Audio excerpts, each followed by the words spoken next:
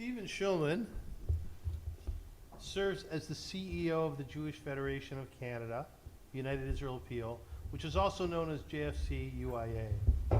JFC UIA ensures funds raised by Canadian Jewish federations, including Toronto's, are utilized as intended and make the greatest impact. Earlier this month, Stephen traveled to Poland and the Ukraine-Poland border with a group of federation leaders to see firsthand the situation on the ground and how federation's overseas partners are saving lives and comforting those in need in response to this humanitarian catastrophe. Stephen is a Habonim member, and he is here with us today, the last day of Pesach, on Shabbat, to share some of his impressions with you, and we are deeply honored to have him here. Stephen. Thanks very much, Avram, and good morning to all. Imagine yourself as a 35-year-old vascular surgeon, proudly Jewish and proud of Ukraine, who just opened your first clinic a year ago. You live in Kharkiv, in Ukraine's northeast, a single mom with two beautiful daughters, 15 and 7, a small dog and a massive dog, both part of your family. You speak Ukrainian and perfect English, as does your 15-year-old daughter. But you wake up to rockets and sirens with shrapnel in your backyard. Your parents are in the city, your friends, your practice that you just opened, your world. You don't want to leave, but as a mother, you feel a responsibility to do everything you can to protect your children. You're desperate and find a friend who's driving a small car toward a safe country on the western border. It's your only way out.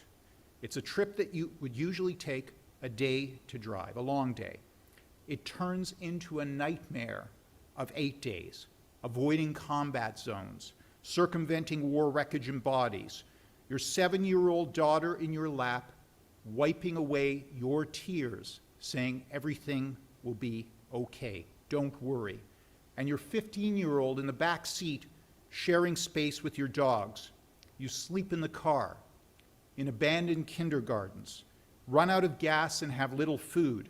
Then after being turned away at multiple border points at multiple countries, you make it into Poland with all you can bring in one suitcase. Where are you going? What's next? This is but one story of an estimated 200,000 Jews in Ukraine. I had the honor to hear this story and many others firsthand during a 52-hour stay in Poland earlier this month. I traveled there with Jewish Federations of Canada UIA Chair Ariella Roringer, who's also a Habonim member, and a delegation from UJA Federation of Greater Toronto. We went to Poland and to the Ukraine-Poland border to see how our dollars being raised in Canada were at work, to ensure direction and control, and to assess exactly what would be needed going forward. Federation partners are providing necessities of life on the ground every day, like drugs, food, and shelter in Ukraine, actually ferrying people out of the country in the middle of the night on buses, on trains, in vans, helping tens of thousands in Poland and in bordering countries. More than 10,000 have made Aliyah so far. Our first stop in Poland was in Warsaw at the newly opened Focus Hotel, a 4-star hotel. The Jewish agency rented out the entire hotel with hundreds of Jews from Ukraine seeking to go to Israel. We saw Israeli doctors who volunteered for a week or two, who set up a clinic and a pharmacy for those in the hotel. We saw bags of donated new clothing, toiletries, and other essentials. Some of those bags from a drive for supplies right here in Toronto at UJA Federation. This was the kind of hotel you would want to stay in, not only if you were a refugee, but if you were going on vacation with your family. This was dignity. We met the vascular surgeon and her daughters at the hotel. I refer to her profession and not her name because names were not disclosed to protect people's identities, to protect their security and that of their families. And of course, their dignity. We didn't take photographs at all. She was set to go to Israel, and the surgeon told us her story. The Jewish Agency and Israel innovated to turn Aliyah applications around in 7 days. Usually, it's a much, much longer process. Can you imagine Canada turning an immigration process around for refugees in 7 days? We know the story of what's gone on with Syrian refugees and Afghan refugees. It's quite amazing. And it's critical, she told us, that she be absorbed in a way that will ensure her professional dreams and the dreams that she has for her 2 daughters. The next day, we drove 400 kilometers southeast from Warsaw to a major Ukraine border crossing. Federation partner JDC's work is also of the utmost gravity. We met refugees at a stop midway in Lublin, at the former renowned Chachmei Yeshiva, now a hotel, museum, and synagogue. Many of you have been on the March of the Living. You would have stopped at that yeshiva. There, JDC is housing refugees, mostly Jewish, who have not decided on their next step. They're provided food, shelter, clothing, all that they need for medical support. The refugee families we met included a 96-year-old man and a 5-month-old baby. It is in Lublin where my thoughts became highly personal. The Lublin yeshiva was renowned, and in the synagogue I said Kaddish for my father, who died the day after this past Rosh Hashanah, my father Jerry Shulman. It was not lost on me that my father's parents, my grandparents, Joseph and Dora, came from Ukraine. My mother-in-law, Hannah, who just passed away a year ago, was born in Melitopol, Ukraine, as her family fled their home in Poland during the war. It was easy to see my family in every refugee met. Most of the students and rabbis at the yeshiva, where JDC is housing refugees, were murdered in the Holocaust, at a time when the Jewish world didn't have the power to help our own, and the world refused to help. The Majdanek death camp is just 2.5 miles down the road. As the bus rolled toward the border, I saw cities like Lublin, and I knew that nearby small towns like my father-in-law Leo's former home of Krasnobrod were often at least 1/3 Jewish, if not more, prior to the Shoah. We were driving in what had been the demographic center of the Jewish world mere decades ago. And after visiting the Poland-Ukraine border entry point at Medica, it also dawned on me that though this area is no longer the center of the Jewish world, it may very well be the center of Jewish values in action right now. At the Ukraine-Poland border crossing point, the first tent that refugees see is for the Jewish Agency for Israel and a large Israeli flag. All refugees, Jewish and non-Jewish, are provided comfort at that station.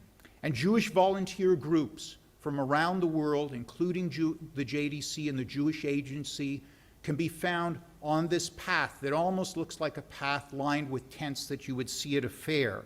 But this was not a fair. These were tents providing necessities of life and guidance. And there the JDC and Jewish Agency and all Jewish volunteers from all around the world, Israel, Mexico, all over, can be seen probably more than any group. This is a migration of women and children and older people, because men 18 to 60 are not allowed to leave the country with very few exceptions because they have to stay to defend against the invasion.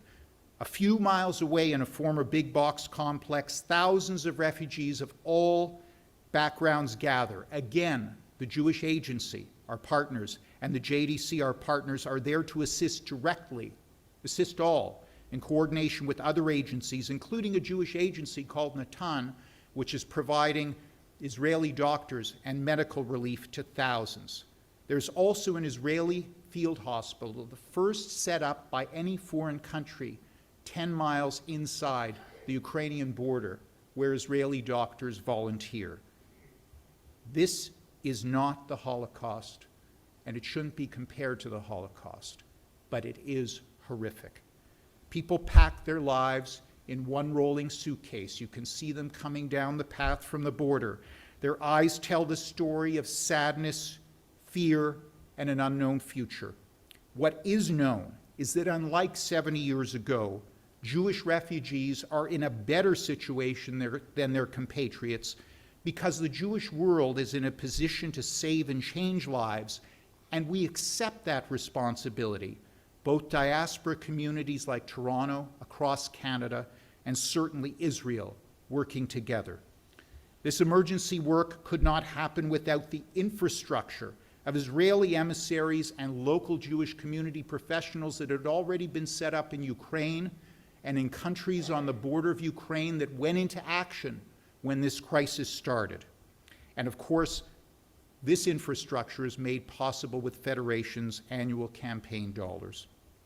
So far, over $9 million in additional funding has been raised across Canada, including by $5 million by Federation here in Toronto.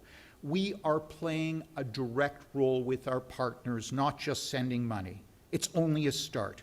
There's a continuing disaster for Jews in Ukraine, even if the war were to end today, which tragically it will not. There's also a great difficult situation, greatly difficult situation for Russian Jews. Will the gates close? What will Putin do next to the Jewish population in Russia? There is great, great concern. What will this society look like as the war continues? Israel has received thousands of new immigrants, new Olim, so far, and more to come for years to come with investments by the Jewish Agency for Successful Absorption. We must not lose this opportunity and carry out our responsibility, as Israel was a responsibility not just for Jews who were in Israel itself, creation of the state, but for Jews around the world. The absorption of Jews around the world is a responsibility for all of us as well. And of course, JDC is there to help for those choosing to stay in Europe and those who haven't decided where to go. Israel's walking a fine line, decrying the carnage of the invasion, helping Jews and non-Jews alike, but also ensuring that Russian Jews are not endangered by Israel's positions, and conscious that Russia is just over the border in Syria. We don't have Putin across the Niagara River. Just remember that. We can't control what Putin does. What is in our control is how we respond for both our people and the world. It is those we pay tribute to today during Yizkor, fathers, mothers, sisters, brothers, husbands, wives, and other loved ones who built our families and are the latest link in a chain of thousands of years of Jewish values. Jewish values are in evidence here in Canada, in Israel, and through our work in Ukraine, Poland, and other bordering countries. Kol Yisrael Aravim Zeh B'Zeh, from the Talmud meaning all of Israel, meaning all Jews, are responsible for each other. And Hillel's teaching, if I'm not for myself, who will be for me? If I'm only for myself, what am I? And if not now, when? These Jewish values are very much in evidence in what I saw in helping our Jewish family, our Jewish people, but others as well. Let us pray that this crisis ends soon, but support will be required for many years to come to repair lives. The Jewish tradition passed on to us by those for whom we say Yizkor today, and by those for whom Yizkor has been said in generations past, bestowed us with a gift of our Jewish values. The Yizkor prayers honor those values and today's need. They include our pledge to perform acts of charity and kindness to ensure that our loved one's legacy continues to be for blessings. To do so is not only a blessing, but a responsibility and privilege. Shabbat Shalom and Chag Sameach. You know, leadership is never easy. It shouldn't be. And, you know, Moshe Rabbeinu refused God initially to be a leader of the Jewish people, and he did so because he knew that it would be an arduous process that he would go through. But there are those in our community and throughout the world, in our Jewish community, that is, who choose to be leaders. And they do so knowing that we, the Jewish people, are a stiff-necked people. We're not a simple people, but we are a most beautiful people. And with that, I would like to thank Stephen Shulman for electing to be a leader, to be a fine leader for the Jewish people, to articulate his memories so well, and to bring to us a situation that we all need to know, despite the fact that it is so incredibly barbaric and so difficult to hear about. We wish you Yisha Koach for your trip. Thank you so much for doing this on our behalf. And I just want to remind people that when Stephen tells the story about the Jewish people in the Ukraine today and in Poland, we have to remember, as he said, there's a long, long line of activism that goes way, way, way back for hundreds and hundreds of years. When I was working for the UIA, regularly I would wake up in the morning and read the Jewish Telegraphic Agency about a rescue in places like Azerbaijan or Uzbekistan. And this was through funds which were gathered by the United Jewish Appeal throughout the world, and also with the assistance of the American Jewish Joint Distribution Committee. We really are a resourceful people. We're a creative people. Share that with your children. Share that with your grandchildren. It's extraordinarily important that they understand that we have never given up on the idea of Pidyon Shvuyim, of rescuing hostages or people where we need to, and that, as Stephen said, we take on the responsibility of helping Jews wherever they might be, in this particular case, in hell, in a place called Ukraine. So God bless you. Thank God you went and came with health, and to those who went with you. And thank you so much for showing such strong leadership. We're very, very grateful for that.